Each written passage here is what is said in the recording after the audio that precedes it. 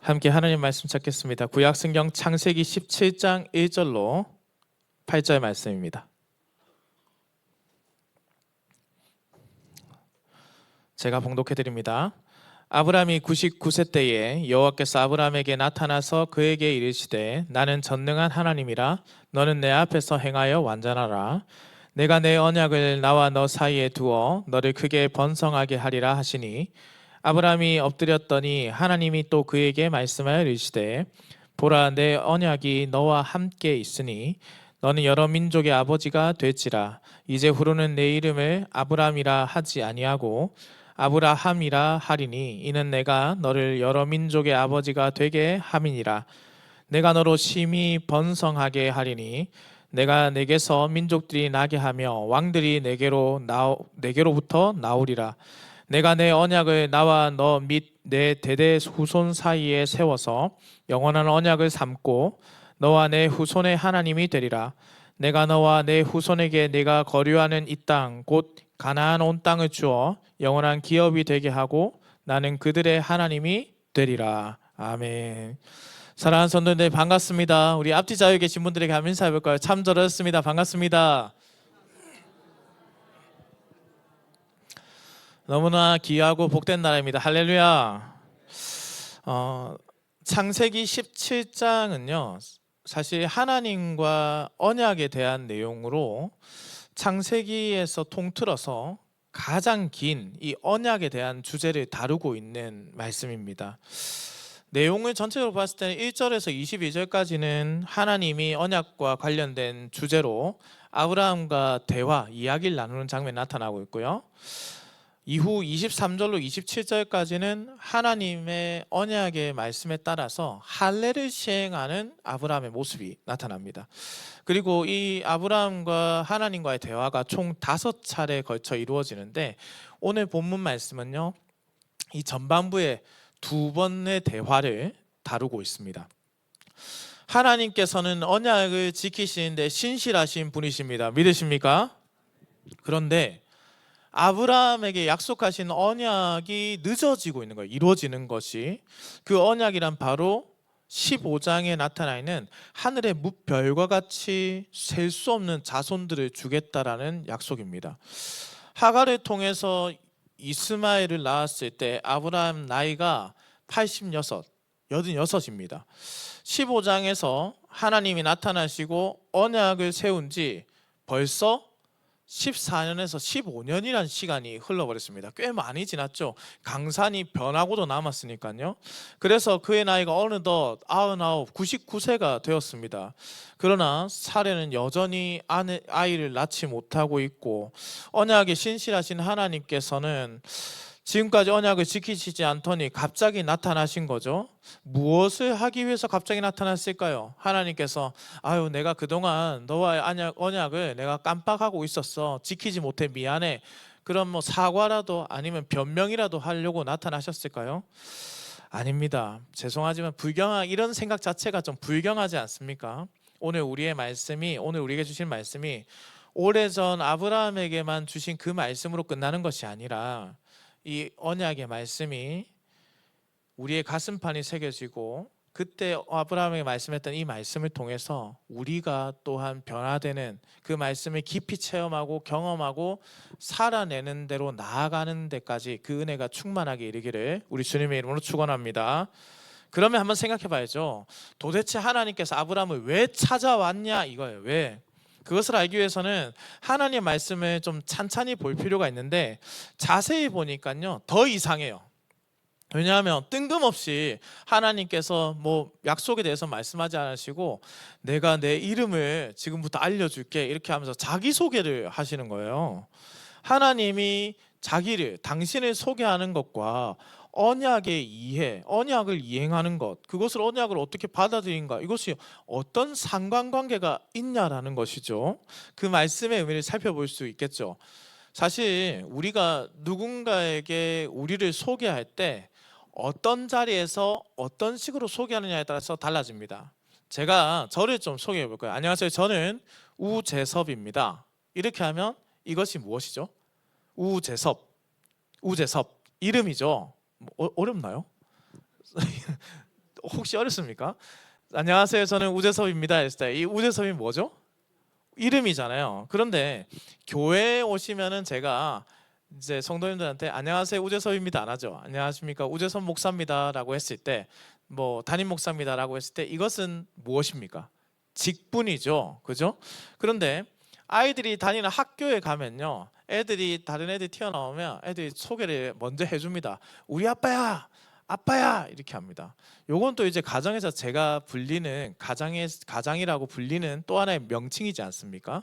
그래서 제가 이제 주로 듣는 것이 이제 목사 내지는 아빠, 또 이제 뭐 하원이 아버님, 또 내지는 이제 이은정 씨 남편분, 이렇게 뭐 병원 갔을 때 이렇게 하는데, 제가 당황스러울 때가 뭐냐면 잘 안 들으니까요.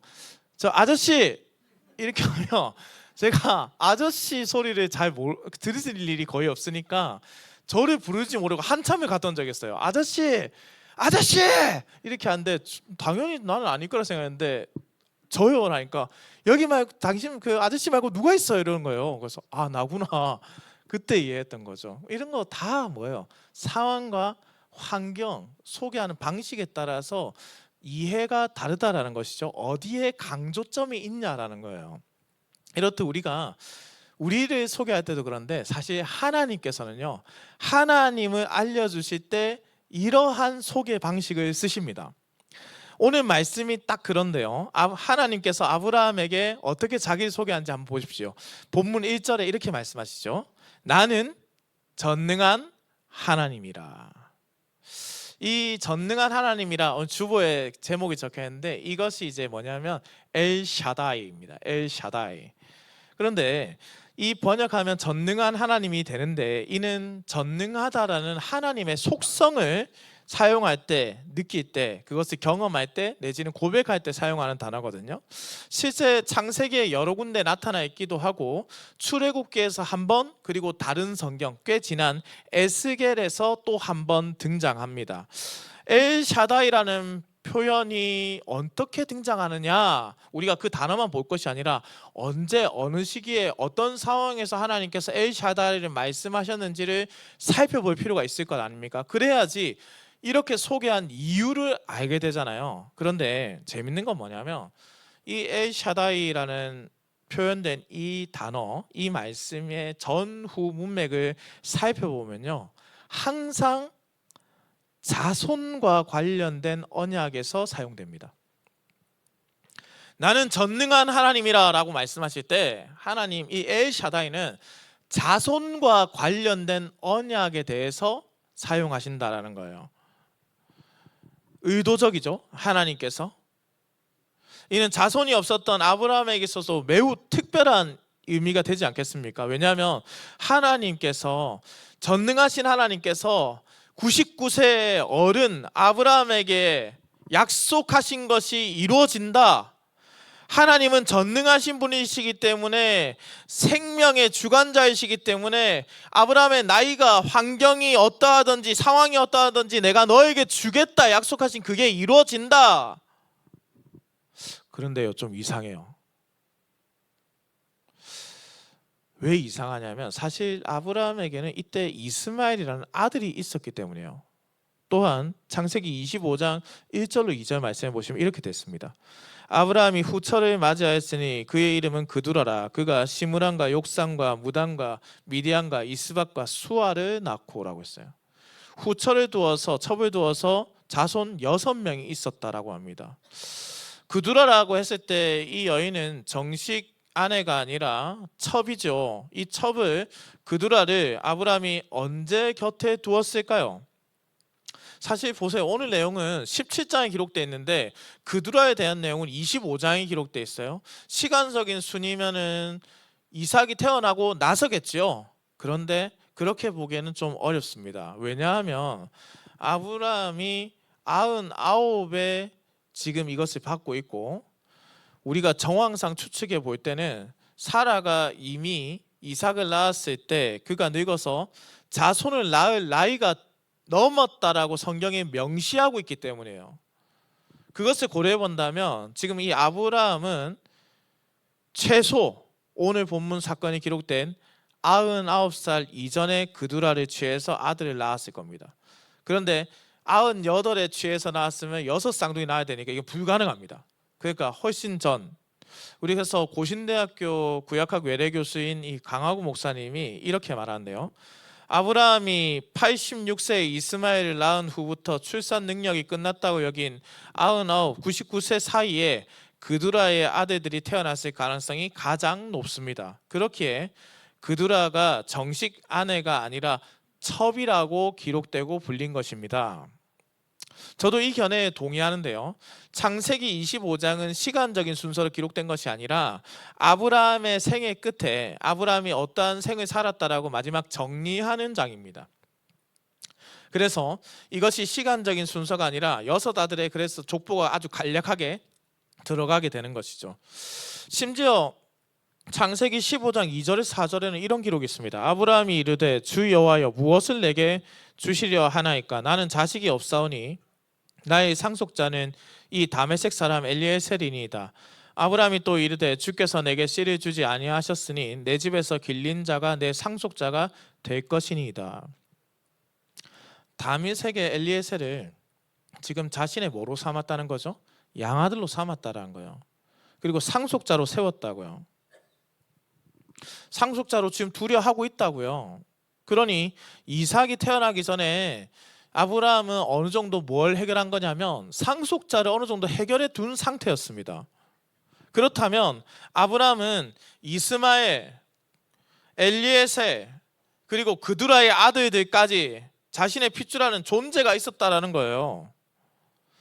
즉 사라에게서만 나지 않았지 실제로 그는 몇 명의 아들을 이미 후사를 두고 있었습니다.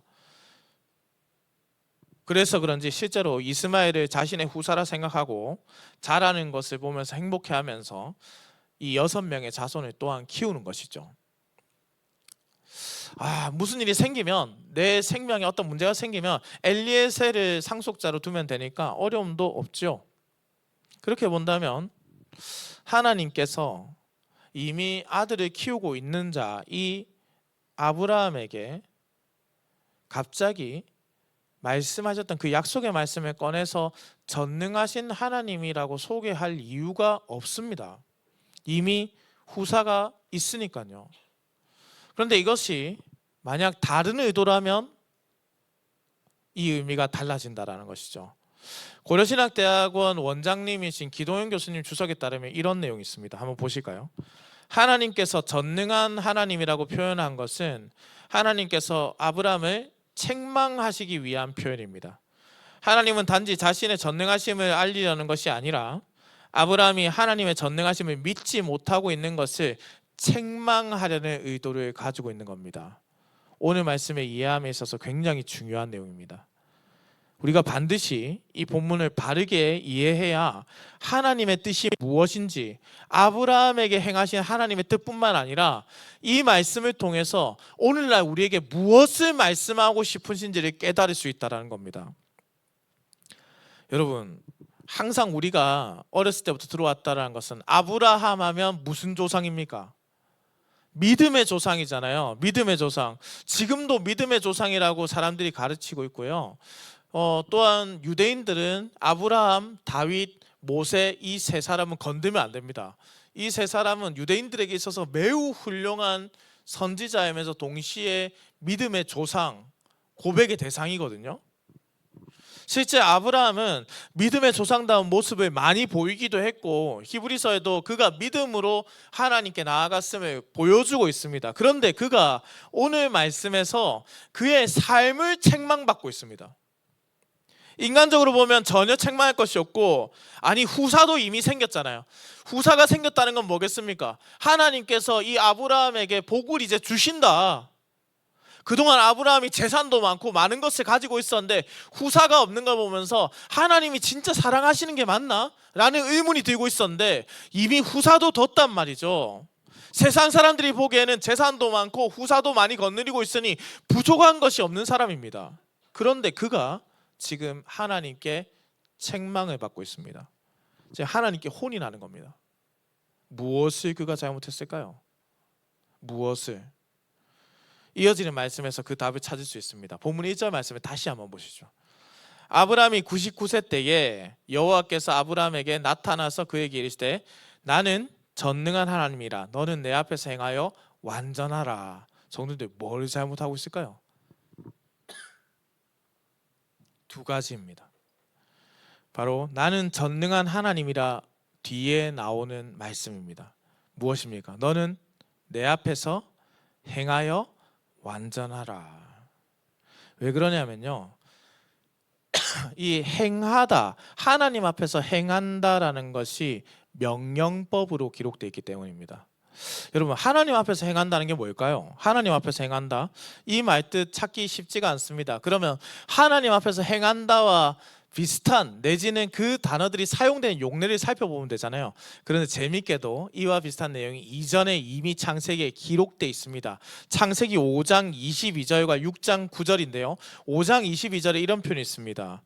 무드셀라를 낳은 후 300년을 하나님과 동행하며 자녀들을 낳았으며, 6장 9절입니다. 이것이 노아의 족본이라. 노아는 의인이요 당대의 완전한 자라. 그는 하나님과 동행하였으며. 여러분, 하나님 앞에서 행한다라는 게 지금 여기서 똑같은 것입니다. 무엇입니까? 동행하다라는 건데, 재밌는 건 뭐냐면 지금 5장 22절에 등장하고 있는 사람은 누굴까요? 5장 22절만 보면은 누군지 잘 모르잖아요. 바로 하나님과 동행했을 때 우리가 제일 먼저 거의 떠올리는 사람입니다. 누굴까요? 에녹입니다. 에녹. 자, 첫 번째는 에녹이고 두 번째는 노아입니다. 둘 다 하나님과 동행했다, 함께했다. 여러분, 여기서 그러니까 중요한 게 뭐냐면 하나님과 동행했다라는 게 손잡고 걸었다가 아니라고요. 하나님과 동행했다라는 것은 하나님 앞에서 살았다, 하나님 보시기에 합하게 살았다라는 뜻이에요. 하나님 앞에서 행했다라는 것은 경건한 성도가 하나님과 동행하며 하나님 앞에서 행하며 하나님 앞에서 살아내며 보이는 삶이었다. 그러면 아브라함의 경우는 어떻습니까? 실제로 히브리어 본문을 보면은 이것이 명령법이라고 했죠. 내 앞에서 행하라. 그런데 노아에게 기록되어 있는 표현과 에녹에게 기록되어 있는 표현과 아브라함의 말씀한 표현이 다릅니다. 노아와 에녹은 행했다라고 되어 있다면 아브라함은 행하라라는 명령을 하고 계신다고요. 이는 적어도 추측하건대 이 아브라함의 현재의 삶이 에녹과 노아와 같이 하나님과 동행하는 삶이 아니었다라는 거예요. 하나님 앞에서 살아내는 삶도 아니었다라는 거라고요. 그렇지 않다면 하나님께서 행하라고 이렇게 명령하실 필요가 없습니다. 여러분, 집에서 애들이 숙제를 안 하고 있으면 뭐라고 말합니까? 숙제해라. 공부를 안 하고 있으면 공부해라. 공부해라. 숙제해라. 엄마, 내가 하려고 하는데 왜 뭐라 해? 안 하고 있으니까 뭐라는 거예요. 안 하고 있으니까. 하고 있으면 숙제해라. 누가 말합니까? 아브라함이 행하지 않았다라는 거예요. 아브라함이 하나님과 동행하고 있지 않기 때문에 동행하라고요. 이뿐만 아닙니다. 이어지는 말씀에 또 뭐라고요? 완전하라라고 했잖아요. 완전하라. 이것도 명령어예요. 창세기 6장 9절에 노아를 두고 뭐라고 했습니까? 그는 의인이요 당대의 완전한 자라. 아브라함이 완전한 자라고 칭찬을 받고 있는 것이 아니라 완전하라라고 책망을 받고 있습니다. 그의 삶이 완전한 것이 아니라 불완전하다라는 것이죠. 그러면 우리가 생각해 봐야죠. 목사님, 아브라함의 어떤 모습이 불완전하다는 겁니까? 그가 어떤 모습이 하나님과 동행하지 않았다라는 겁니까? 아니, 그가 예배를 잘못 드렸습니까? 아니, 그가 가는 곳마다 제단을 먼저 쌓았잖아요. 하나님께 예배 드리는 사람이었지 않습니까? 그가 도덕적으로 윤리적으로 아주 큰 문제를 일으켰습니까? 아니면은 다윗처럼 남의 아내를 빼앗아서 간음을 하거나 살인을 하거나 가인처럼 분노를 못 참고 사람을 죽이거나 아니면 목사님, 그가 감사가 부족했습니까? 아니, 지난주에 우리는 멜기세덱에게 11조를 바친, 감사로 바친 아브라함을 보았잖아요. 어디서든 하나님을 찾았잖아요. 그런데 왜 이런 책망을 하시나요? 하나님, 아브라함한테 너무 가혹한 거 아닙니까?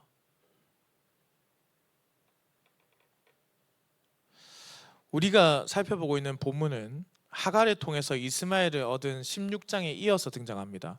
그리고 그 앞장인 15장에서 셀 수 없는 자손을 주시겠다라고 말씀하시죠.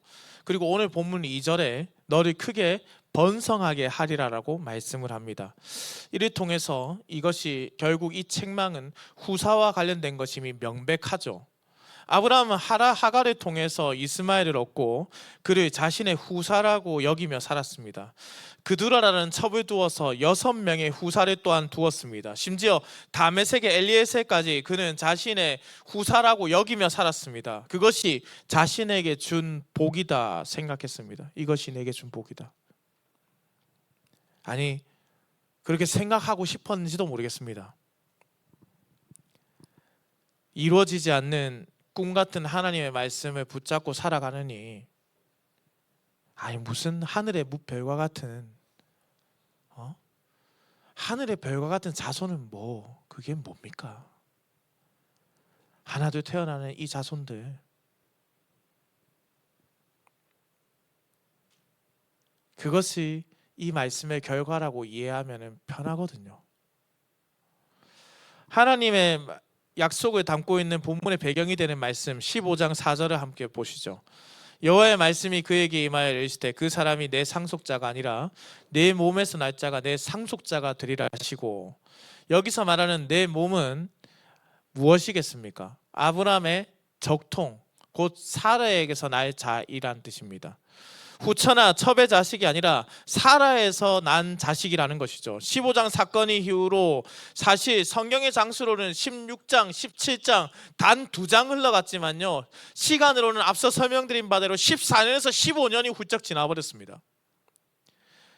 자신에게 주어진 이스마엘과 첩의 아들 6이 생겼습니다. 기뻤을지도 모릅니다. 아니요, 기뻤을 겁니다. 아니, 그동안은 나에게는 자녀가 없었는데, 그래서 내 조카 롯을 나의 자녀처럼 생각하면서 내 양자처럼 생각하며 살았는데, 이 말씀 뒤에 자녀들도 생기고 내 후사도 생겼으니까 기뻐하면서. 그러나 아브라함이 내 몸에서 날 것이라는 그 말의 바른 뜻을 바르게 이해하거나 받으려는 노력을 하지 않은 겁니다. 시간이 많이 흘렀어요. 아브라함은 사례를 통해 아들을 낳는 것은 불가능하고 이게 다구나라는 것으로 깨달았다고요. 그런 아브라함에게 하나님께서 스스로 전능한 하나님이라 소개하면서 너는 내 앞에서 행하라, 완전하라 명령하고 계신 겁니다. 아브라함과 생각과는 달리 하나님은 언약에 신실하신 분이십니다. 출산의 능력이 상실되었든 그렇지 않든 중요한 것이 그것이 아니라 내가 전능하다라는 것이 중요하다는 것을 깨닫게 해주시는 거예요. 사랑하는 열린문교회 성도님들, 우리는 어떻습니까? 어떠한 상황 가운데도 신실한 하나님 기억하며 살아가고 계신가요?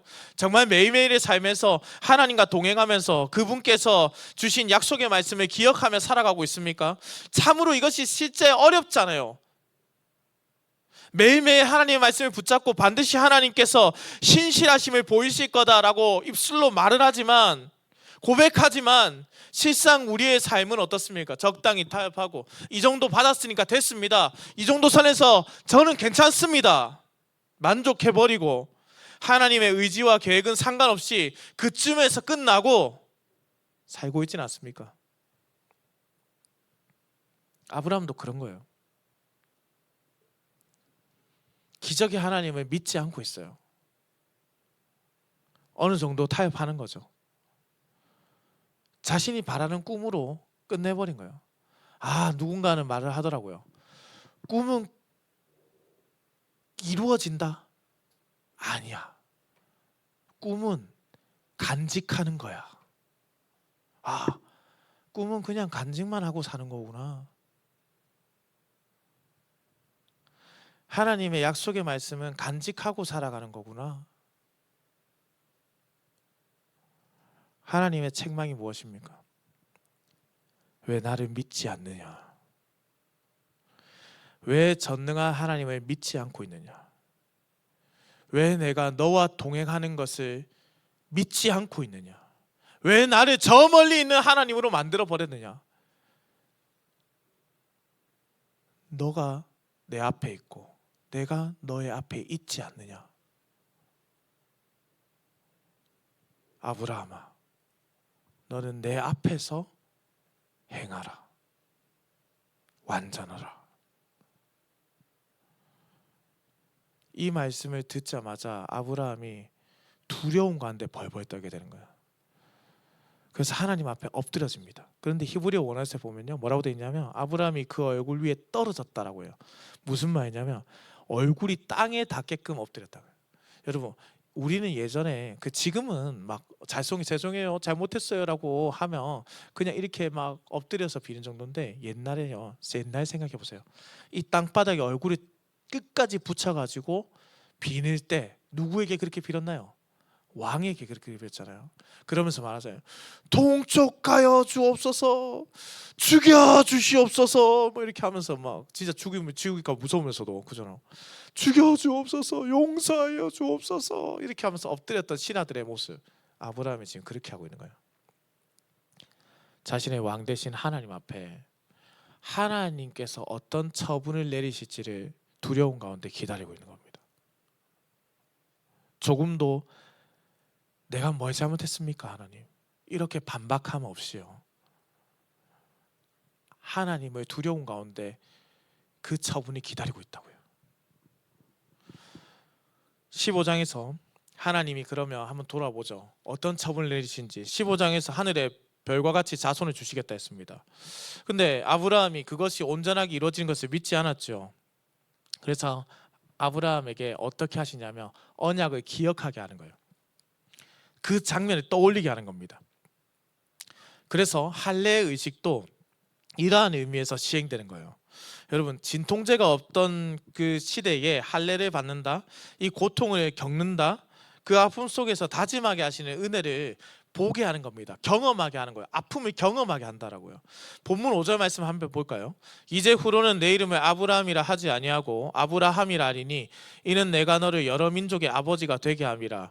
여러분, 하나님께서 아브라함의 이름을 아브라함으로 계명했습니다. 아브라함의 이름이 매우 특별하죠. 의미가 있어 보입니다. 그리고 재밌는 건 뭐냐면, 여러분, 성경에서요, 하나님께서 이전까지 이름을 지어주신 적은 있으나 계명한 일은 여기서 처음 등장합니다. 누군가의 이름을 하나님께서 계명했다, 여기서 처음 등장한다고요. 그리고 개역 성경에서는 사실은 등장하여 나타나고 있지 않지만은 히브리어 성경에 보시면은 내가 다시는 너를 아브라함으로 부르지 않겠다라고요. 아브라함으로 부르겠다, 다시는. 그래서 실제 역대상 1장 27절 셈의 족보가 나올 때 이렇게 기록되어 있죠. 아브라함 곧 아브라함은 조상들이요 라고 했을 때 이 말씀 외에는 단 한 번도 아브라함이라는 단어는 등장하지 않습니다. 그리고 이곳에 왜 기록되어 있느냐, 이것은 포로 후기 이스라엘 백성들이 자신들이 어디에 뿌리인지 정체성에 대해서 정체성을 잊어버린 자들을 깨닫게 하기 위해서 기록된 말씀이라는 거죠. 그 외에는 어디에도 아브람이라고 기록된 곳이 등장하지 않습니다. 사랑하는 성도님들, 혹시 세계적으로 굉장히 유명한데 이름이 없는 예술가 중에 뱅크시라는 사람이 있습니다. 혹시 내가 들어보신 분 계세요? 뱅크시? 뱅크시 알아요? 뱅크시라고 있어요. 사실 이 뱅크시 알면은 저는 대단하신 것 같아요. 왜냐하면 시사와 세상의 어떤 문화에 관심도 가지고 계시다는 거잖아요. 이 뱅크시라는 사람인데요, 이 사람이 어떤 사람이냐면 캄캄한 밤에 몰래 나타나서 도시의 낡고 버려진 벽이나 무너져가는 건물의 외벽에 스프레이로 그림을 막 그리고 사라진 사람입니다. 그런데요, 평범한 낙서라면은 그 도시의 흉물이 되어서 철거 대상이 되는 것이 당연하잖아요. 여기 계신 분들 밤에 혼자 나가서 평택의 벽에다가 한번 그림 한번 그려보세요. 바로 잡아갈 겁니다. 그런데 여기에 뱅크시가 그림을 그리고 가잖아요. 우리 한국 땅에 뱅크시가 와서 벽면에 그림을 그리잖아요. 여러분, 이 시멘트 벽의 가치가 몇십억을 호가하게 됩니다. 어마어마한 가치가 돼요. 뱅크시가 했다라는 것 자체에. 세계적인 작품으로 뒤바뀌어 버린다는 것이죠. 벽을 이루고 있는 시멘트 재료가 바뀌었나요? 허름한 벽이 그대로지 않습니까? 누가 낡은 이 벽에 이름을 흔적을 남겼는가가 중요한 거예요. 그 벽의 가치가 뱅크시가 그림으로 달라졌다는 것이죠. 아브라함의 가치가 하나님께서 그의 이름을 바꾸심으로 달라지게 된 겁니다. 아브라함이라는 그것이 특별한 것이 아니라 하나님께서 그 낡은 벽의 가치를 바꾸셨다는 거예요. 그 99세의 낡은 벽을 새롭게 패배주의적이고 무너진 삶의 방식을 바꾸신 것이죠. 하나님을 온전히 신뢰하는 이름으로 새 창조를 하신 겁니다. 그리고 내가 그렇게 할 것을 약속하시는 보증이 된다는 거예요. 그래서 칼빈이 이 부분을 이렇게 말해요. 하나님께서 그의 이름을 바꾸신 것은 아브라함이 매일 자신의 이름을 부르고 들을 때마다 하나님의 신실하신 언약을 기억하게 만드는 살아있는 인치심이자 보증으로 삼으신 것이다. 아브라함이란 이름을 하나님뿐만 아니라 다른 사람들도 부르잖아요. 다른 사람들도 그렇게 매일 자신의 이름을 드리면서 새기는 거죠. 무엇을? 하나님 앞에서 살아야 한다. 하나님 앞에서 완전해야 한다. 하나님의 약속을 지켜주심을 믿어야 한다. 아브라함아 아브라함아 하면서 그것을 기억하게 하는 거예요. 이 아브라함의 이름의 뜻이 그렇게 특별해진 겁니다. 여러분, 아브람이라는 뜻은요, 존귀한 아버지라는 뜻인데요, 아브라함이라고 했을 때는 열국의 온 민족의 아버지라는 뜻입니다. 하나님은 단순히 개인의 이름 하나 바꿔준 걸로 끝나지 않습니다. 본문 6절에 보시면요, 내가 내게서 민족들이 나게 하며 왕들이 내게로부터 나오리라. 8절에서 가나안 온 땅을 주어 영원한 기업이 되게 하리라. 한 명의 99세의 노인에게서 왕조가 세워지고 단순한 거주지가 아니라 하나님이 다스리는 영원한 나라가 세워질 것을 지금 약속하고 계신 겁니다. 하나님께서 아브라함이라는 새 창조의 첫 열매를 삼으셔서 그의 후손을 통해서 하나님이 친히 다스리는 나라를 세우시는 거라고요. 여러분, 그래서 아브라함 이름 바뀐 게 뭐 때문이라고요? 이 비전을 보게 하기 위해서, 이 비전을 깨닫게 하기 위해서, 이 비전을 이루기 위해서 너는 행하고 완전하라. 그뿐만 아닙니다. 본문 넘어서 15절에 보시면 아내 사레의 이름도 사라로 바뀌죠. 창세기 17장 15절 말씀입니다. 하나님이 또 아브라함에게 이르시되 내 아내 사레는 이름을 사레라 하지 말고 사라라 하라. 재밌는 건요, 여기서 진짜 히브리어가 재밌어요. 왜냐하면 하나님께서 아브라함의 이름을 바꾸실 때는 너를 아브라함이라 부르게 하겠다라고 말씀하셨잖아요. 그런데 사레를 사라라고 부를 때는 아브라함에게 너가 사라라고 불러라라고 말씀하세요. 너가 불러라. 너가. 무슨 뜻이겠습니까?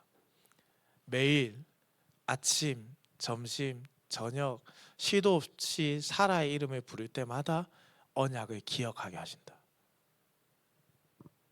자신의 이름을 들으면서도 기억하게 하시고 그 이름을 또한 부르면서도 기억하게 하시면서, 사레의 이름의 뜻은 나의 공주 내지는 나의 여주인 이런 뜻인데요, 사라가 되었을 때는 바로 여러 민족, 열국의 어머니가 됩니다. 여러 민족, 열국의 어머니라고 내가 부른다는 건 뭐겠습니까? 내가 그 왕비의 남편, 왕이다라는 거예요. 열국의 아버지다. 그거를 깨닫게 한다는 거예요. 사랑하는 열명교회 성도님들, 실제 이 본문이 기록되었던 그때 아브라함은 하나님 앞에서 행동하지도 완전하지도 않았던 자입니다. 매일의 삶에서 하나님의 언약을 기억하지도 못했던 자였습니다. 우리도 사실 하나님 앞에서 행동하지도 완전하지도 못한 자들임을 고백하고 있지 않습니까? 매주 주의 말씀을 통해서, 예배를 통해서 하나님의 말씀으로 하나님과 새로운 언약을 세우면서도 그 언약을 온전하게 누리지 못하는 연약함이 우리에게 있다라는 것을 고백하잖아요. 그래서 매일 좌절하고 회개하고 하나님 앞에 무릎 꿇고 아브라함처럼 엎드려서 죽여주십시오, 주님 용서해 주십시오라고 외치는 자들이 우리들이잖아요. 그런데 성도님들, 하나님께서 그렇게 말하고 있는 아브라함에게 뭐라고 말씀하셨는지 5절에 다시 한번 보십시오. 이제후로는 내 이름을 아브라함이라 하지 아니하고 아브라함이라 하리니 이는 내가 너를 여러 민족의 아버지가 되게 함이니라. 여러분 말씀 자세히 보시면요, 맨 마지막에 뭐라 되어 있습니까? 내가 너를 여러 민족의 아버지가 되게 함이니라 라고 되어 있죠. 이런 게 조금 번역의 아쉬움이에요. 왜냐하면 이것을 실제적으로 그대로 번역하면 어떻게 되냐면, 내가 너를 여러 민족의 아버지가 너는 여러 민족의 아버지가 되었다입니다. 너는 여러 민족의 아버지가 되었다. 과거형으로 쓰여 있어요. 과거 완료형으로 쓰여 있다고요. 이상하잖아요. 앞으로 그런 나라를 세우시겠다면서요, 하나님. 앞으로 그렇게 자손들이 주시겠다면서요. 그럼 이거 왜 완료형으로 끝나나요?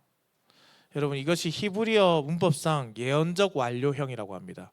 무슨 말씀이냐면, 하나님께서 이렇게 말씀하실 때는요, 확실하게 확고하게 의지를 가지고 이것을 반드시 되게 하겠다는 확증이에요. 반드시 이것이 된다라는 믿음을 주시기 위해서 일부러 과거형의 표현을 사용한다라고요. 너가 이것이 되었다라고 선포하는 거예요, 하나님께서. 우리는 매주 넘어지고 매주 하나님의 언약을 신실하게 이루지 못하는 연약한 존재들입니다. 그래서 낙담하지요. 그러나 그때도 하나님께서 우리에게서 말씀합니다. 내가 너를 다시 세우겠다.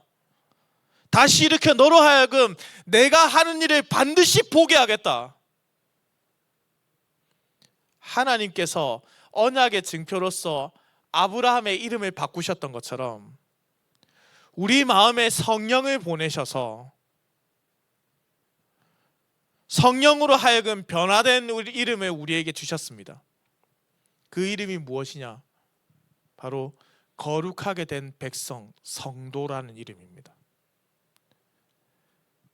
우리가 옆에 계신 분들에게 인사하잖아요. 성도.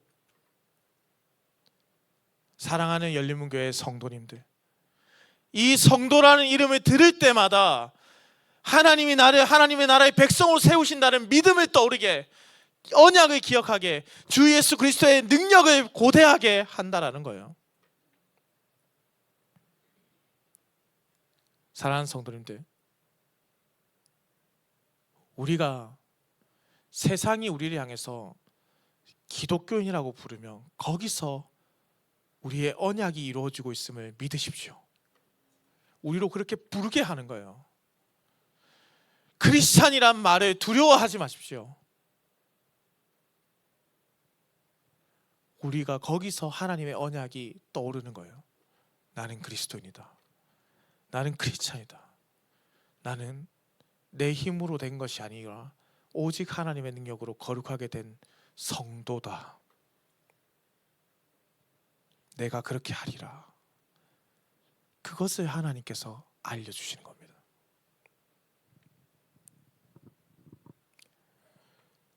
그래서 매일 우리를 거룩한 주의 백성으로 성장시키시고 변화시키시고, 아브라함을 변화시켜 믿음의 조상이 되게 하신 것처럼 우리를 변화시켜서 참된 하나님의 백성으로 살아가게 하시는 겁니다. 그러니 당당하게 고백하십시오. 언약에 신실하신 하나님, 아브라함의 그 하나님이 나의 하나님인 줄로 믿으시기 바랍니다. 전능하신 하나님이 나의 하나님으로 고백되는 인생이 되시기를 소망합니다. 그 하나님이, 내가 아니라 그 하나님이 우리를 변화시켜 주실 줄 믿습니다. 우리가 주의 신실하심을 의지하는 겁니다. 그렇게 우리 주 예수 그리스도께서 이 땅에 오시고 우리를 변화시켜 주신 거예요. 우리 열리는 교회 모든 성도님, 하나님 앞에서 행하십시오. 하나님의 언약을 기억하십시오. 그 언약을 이루어 가실 하나님을 기대하십시오. 주께서 올라가신 그대로 다시 오실 그날 온전한 하나님의 백성으로 우리가 설 줄을 믿습니다. 그 소망이 우리에게 변치 않고 있기를 우리 주님의 이름으로 축원합니다.